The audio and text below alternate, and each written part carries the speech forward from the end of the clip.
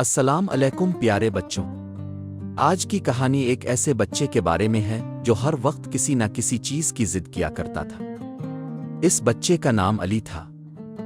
जब अली अपने किसी दोस्त के पास नई पेंसिल देखता तो रोने लगता और कहता, मुझे भी चाहिए, और दोस्त से इसकी पेंसिल ले लेता।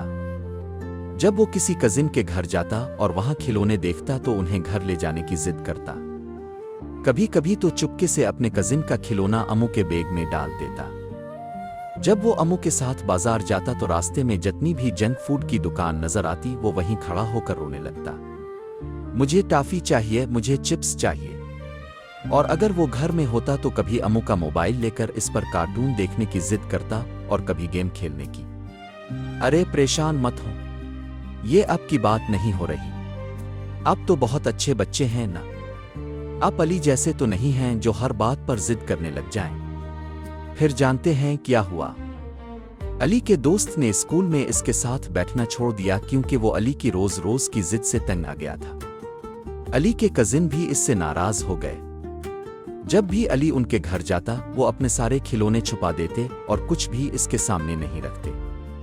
अम्मू ने भी अली को अपने साथ बाजार ले जाना छोड़ दिया क्योंकि वो बाजार में इसकी रोज की रोना धोना सुन सुनकर बहुत परेशान हो चुकी थी।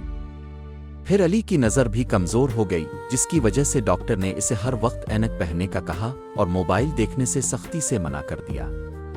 अब अली बहुत उदास हो गया। वो सोचने लगा कि वो तो बिल्कुल अकेला रह गया है और सब इससे नाराज हैं। फिर अली की अम्मू ने इसे समझाया, हमें अपने पास मौजूद चीजों को इस्तेमाल करना चाहिए और उन पर अल्लाह का शुक्र अदा करना चाहिए। अगर हमें किसी और चीज की जरूरत हो तो हमें अल्लाह से दुआ करनी चाहिए। दूसरों की चीजें देखकर जिद करना बहुत बुरी बात है। अली ये बात समझ गया और आहिस्ता आहिस्ता इसके सारे दोस्त और कजिन दोबारा इसके साथ अपना सब कुछ शेयर करने लगे।